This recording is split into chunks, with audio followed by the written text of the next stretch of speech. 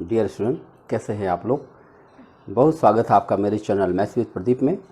इस समय हम लोग एनसीईआरटी के क्वेश्चन कर रहे हैं। एनसीईआरटी में एक्सरसाइज 11 पर चर्चा हो रही है, बीजगणित।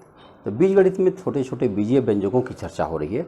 अभी तक हम लोगों ने 3 एक्सरसाइजेज देख लिया है। आइए चौथी में देखते हैं 11.4। एक्सरसाइज 11.4 क्या है, इसमें क्या है और देखते हैं। पहला क्वेश्चन है, निम्नलिखित के उत्तर दीजिए। तो पहला ही क्वेश्चन बहुत बड़ा है, खूब लंबा चौड़ा सा। आइए देखते हैं। पहले क्वेश्चन में ए है और ए में ढेर सारी बातें हैं। सवाल है सरिता की आयु, वर्तमान आयु y वर्ष लीजिए। सरिता है तो पहला क्वेश्चन, उसकी उम्र जो है वर्तमान आयु, यहाँ मैं लिख देता हूँ। सरिता जो है y वर्ष की है। तो अब बताना है पहला, आज से 5 वर्ष बाद उसकी आयु क्या हो जाएगी। हो जाएगी y+5 हो जाएगी। ऐसे ही दूसरा क्वेश्चन जो पूछा गया है, 3 वर्ष पहले उसकी आयु क्या थी, y-3। बस यही बनाने का प्रयास। आप देख सकते हैं कितनी छोटी छोटी मिस्टेक होती है जब आप इक्वेशन बनाते हैं, लेकिन अब यहाँ पर इक्वेशन में मिस्टेक नहीं होने वाली है। तीसरा में पूछा गया है, सरिता के दादाजी की आयु उसके आयु की 6 गुनी है। तो दादाजी की आयु क्या है, देखो दादाजी की आयु इसकी उम्र की 6 गुनी है, मतलब 6 गुणा y है, इसका मतलब 6y है। हो गया। चौथा क्वेश्चन है इसमें कि उसके दादाजी से 2 वर्ष छोटी हैं। तो दादी की आयु बताओ। दादी की आयु, तो दादाजी की आयु में से 2 साल घटा देना है, यानी 6y-2 दादी जी हो जाएंगे। आगे देखिए पांचवा, लिखा सरिता के पिता की आयु सरिता के आयु के 3 गुने से 5 वर्ष अधिक है। तो पिता की आयु क्या हो जाएगी, 3 गुना से कै वर्ष अधिक है, 5 वर्ष अधिक है, यानी 3y+5, ये उसके पिताजी हो जाएंगे। तो ये आपका ए खत्म हुआ। देखो यहाँ पर केवल y लिया गया और उससे डिफरेंट इक्वेशन बनाए गए और इसी से हम लोग सवाल सॉल्व करते हैं। ये जान लीजिए, जैसे जो भाषा लिखी रहती है हिंदी में और उसको सुन करके जो ये बनाए जाते हैं, इसी के माध्यम से सवाल हल होते हैं। अगर आपने ये गलत बना दिया तो उत्तर भी गलत हो जाता। आइए ए के बाद अब हम बी देखते हैं, बी में क्या लिखा हुआ है। पहला का बी क्वेश्चन है, लिखा है कि एक आयताकार हाल की लंबाई उसकी चौड़ाई के तिगुने से 4 मीटर कम है। देखो एक आयताकार हाल है, उसकी जो लंबाई क्या है, उसकी चौड़ाई को अगर हम x मान लें, देखिए कुछ दिया तो नहीं है, चौड़ाई b मीटर दिया है, है ना, कि ये दिया रहता है पहले से, आप नहीं मान सकते। तो चौड़ाई अगर b है तो लंबाई क्या दिया है, उसकी चौड़ाई के 3 गुने से 4 मीटर कम है। इसका 3 गुना करो 3b और से 4 मीटर कम है, 3b-4, बस हो गया। तो हाल की लंबाई क्या है, 3b-4 हो गया। सी देखो, यही बताने की कोशिश किया जा रहा है कि हम व्यंजकों के रूप में, यानी कि जब हमको अक्षरों के रूप में कुछ व्यक्त करना होता है तो कैसे व्यक्त करते हैं। सी में देखो, एक आयताकार बॉक्स की ऊंचाई h मीटर सेंटीमीटर है। कोई आयताकार बॉक्स बना लेते हैं तो उससे क्या होगा, व्यक्त करना आसान हो जाएगा।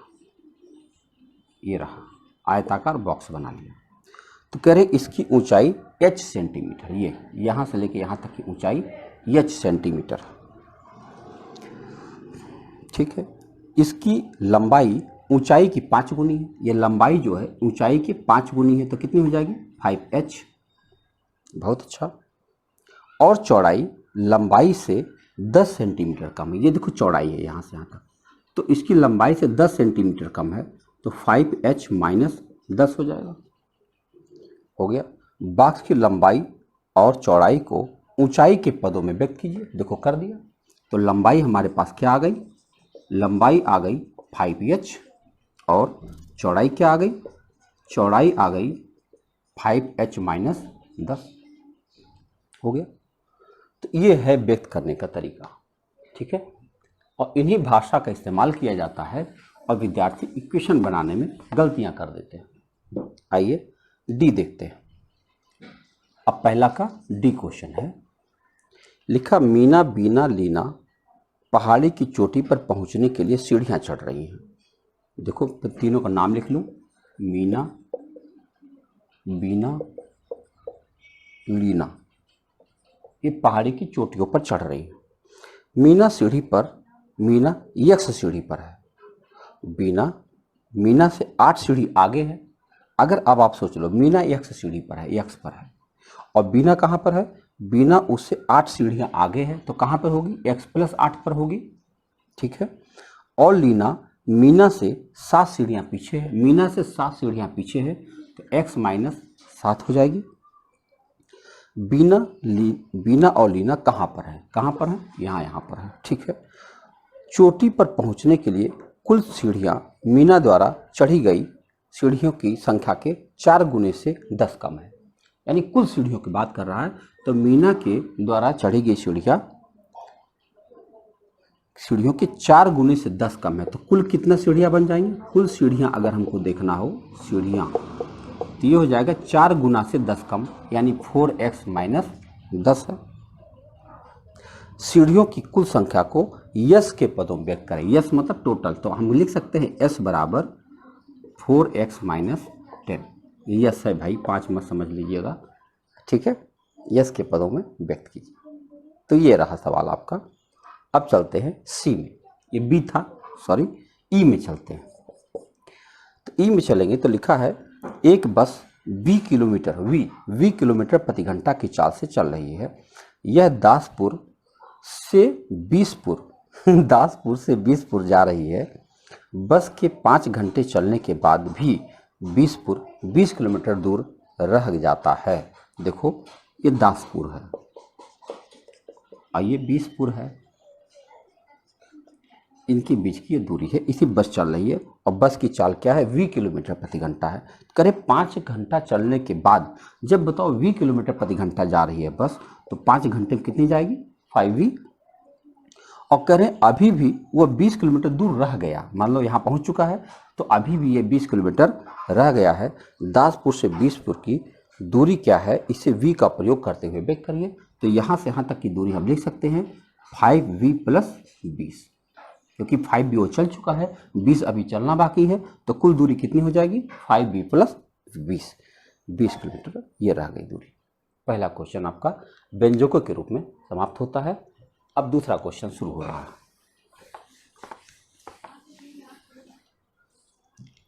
देखिए दूसरा क्वेश्चन है, व्यंजकों का प्रयोग से बने निम्न कथनों को साधारण भाषा के रूप में बदलिए। उदाहरणार्थ, एक क्रिकेट मैच में सलीम ने 8 रन बनाए और नलिन ने r + 15 रन बनाए। साधारण भाषा में नलिन ने सलीम से 15 रन अधिक बनाए। अब जो है ए लिखा हुआ है, अब ए में इसमें कुछ लिखा गया होगा, उसको साधारण भाषा में बताना है। इसमें लिखा है कि एक अभ्यास पुस्तिका का मूल्य ₹p है, ये मूल्य है ₹p है, और एक पुस्तक का मूल्य 3p है।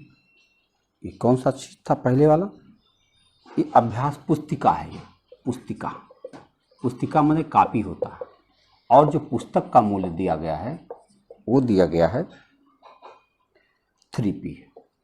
तो अगर आप इसको साधारण भाषा में कहना हो तो क्या कहेंगे आप कहेंगे पुस्तक का मूल्य अभ्यास पुस्तिका के मूल्य का 3 गुना है। कहेंगे नहीं कहेंगे, आप कैसे लिखेंगे, देखो लिखेंगे आप पुस्तक का मूल्य पुस्तिका अभ्यास पुस्तिका से 3 गुना है, बस ऐसे लिखना हिंदी में। ऐसे ये ए था। बी में देखो क्या है, टोनी ने मेज पर क्यों कैंची रखा, मेज पर रखा है, मेज पर क्या रखा है, क्यों कैंची रखा है, ठीक है। उसके पास डिब्बे में 8 क्यों कैंची नहीं कंचे हैं, क्यों कंचे रखे, ठीक है। हाँ, बच्चों से कैंची नहीं छुआते हैं। कि टोनी ने मेज पर क्यों कंचे रखे, उसके पास डिब्बे में 8 कंचे हैं, 8 कंचे डिब्बे में है। तो अच्छा बताओ, हम यह कह सकते हैं कि ये जो लड़का है, क्या नाम है इसका, टोनी, तो टोनी के डब्बे में मेज पर रखे कंचों की संख्या से 8 गुने कंचे हैं। और ये भी कह सकते हैं कि टोनी के पास कुल मिलाकर 9 8 क्यों है ना, हाँ, और टोनी के पास कुल मिलाकर 9 क्यों कंचे हैं, 8 क्यों और प्लस 1 क्यों, 9 क्यों कंचे हैं, जिसमें से क्यों कंचे मेज पर रखे हैं और 8 क्यों कंचे डब्बे में रखे हैं, कह सकते हैं। सी में देखिए क्या है, हमारी कक्षा में n विद्यार्थी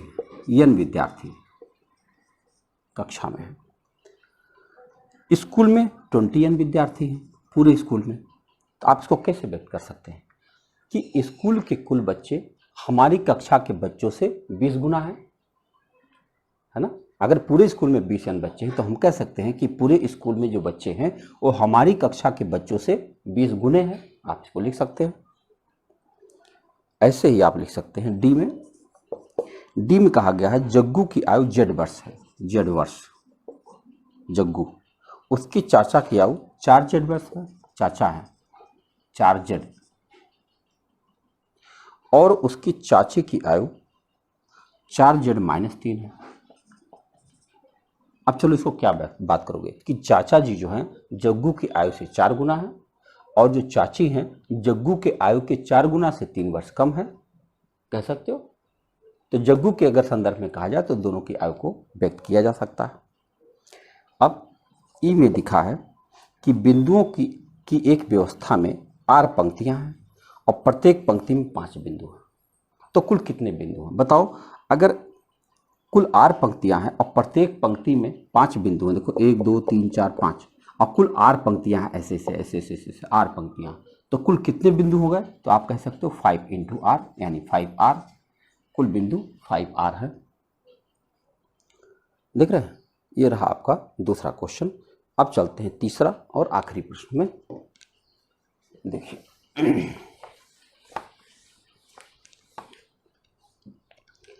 लिखा है तीसरा का ए, मुन्नू की आयु x वर्ष दी गई है, क्या आप अनुमान लगा सकते हैं कि x - 2 क्या दर्शाएगा। हाँ भाई, x - 2, अगर मुन्नू की वर्तमान आयु x है तो x - 2 क्या दर्शाएगा, मुन्नू की 2 वर्ष पहले की आयु, मुन्नू की 2 वर्ष पहले की आयु x - 2 होगा, हो गया। x + 4 क्या दर्शाएगा, मुन्नू की 4 वर्ष बाद की आयु दर्शाएगा। 3x + 7 क्या दिखाएगा, 3x + 7 क्या दर्शाएगा, मुन्नू की आयु से 3 गुने से 7 वर्ष अधिक है। ये क्या है, मुन्नू की आयु के 3 गुने से 7 वर्ष अधिक है, क्या दर्शाएगा, व्यक्त कर दिया। ये आपका पहला था ए। अब बी में चलें।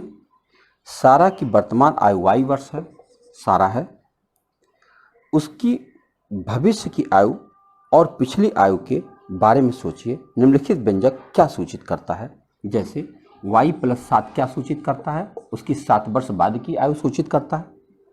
अब इसको आप हिंदी में, मैं बोल रहा हूँ आप सुन लीजिए, कौन जाए लिखने, कि ये y + 7 क्या दिख रहा, उसकी 7 वर्ष बाद की आयु व्यक्त करता है। y - 3 क्या व्यक्त करता है, उसकी आयु के 3 साल पहले की आयु व्यक्त करता है। y + 4 सही 1/2 क्या व्यक्त करता है, कि उसकी आयु से, सारा की आयु से 4.5 साल बाद की आयु व्यक्त कर रहा है। y - 2 सही 1/2 क्या व्यक्त करता है, सारा की आयु से 2.5 वर्ष पहले की आयु व्यक्त कर रहा है। तो ये व्यक्त करने की बात कर रहा है, कितने आसानी से आप व्यक्त कर सकते हैं। अब चलते हैं आप सी में। तीसरा क्वेश्चन का सी है, इसमें कहा गया है कि दिया गया है कि एक कक्षा में n विद्यार्थी फुटबॉल खेलना पसंद करते हैं और 2n क्या दर्शाएगा। भाई n विद्यार्थी अगर फुटबॉल खेलते हैं तो 2n क्या दिखाएगा, यानी फुटबॉल खेलने वाले विद्यार्थियों के से दुगनी संख्या दर्शाएगा, बिल्कुल दर्शाएगा। n/2 क्या दर्शाएगा, फुटबॉल खेलने वाले बच्चों की संख्या का आधा दर्शाएगा। देख रहे हैं। और अन्य खेलों के बारे में सोचिए, जैसे फुटबॉल कहा गया है, जैसे हॉकी के बारे में सोचिए, क्रिकेट के बारे में सोचिए, और आपका ये एक्सरसाइज समाप्त होता है। तो आप देख सकते हैं कितना सामान्य बातें हैं इसके अंदर। आप इन चीज़ों को पॉजिटिव वे में लीजिए और एक एक बात खुद करके देखिए। यह मत सोचिए कि ये कितना छोटा क्लास का मामला है। आप हमें देखिए कि हम इन छोटे प्रश्नों पर कैसे चर्चा कर रहे हैं, एक एक बात पर चर्चा कर रहे हैं। आप भी करें और मजबूत करें अपनी गणित को। मिलते हैं नेक्स्ट वीडियो में। Thank you.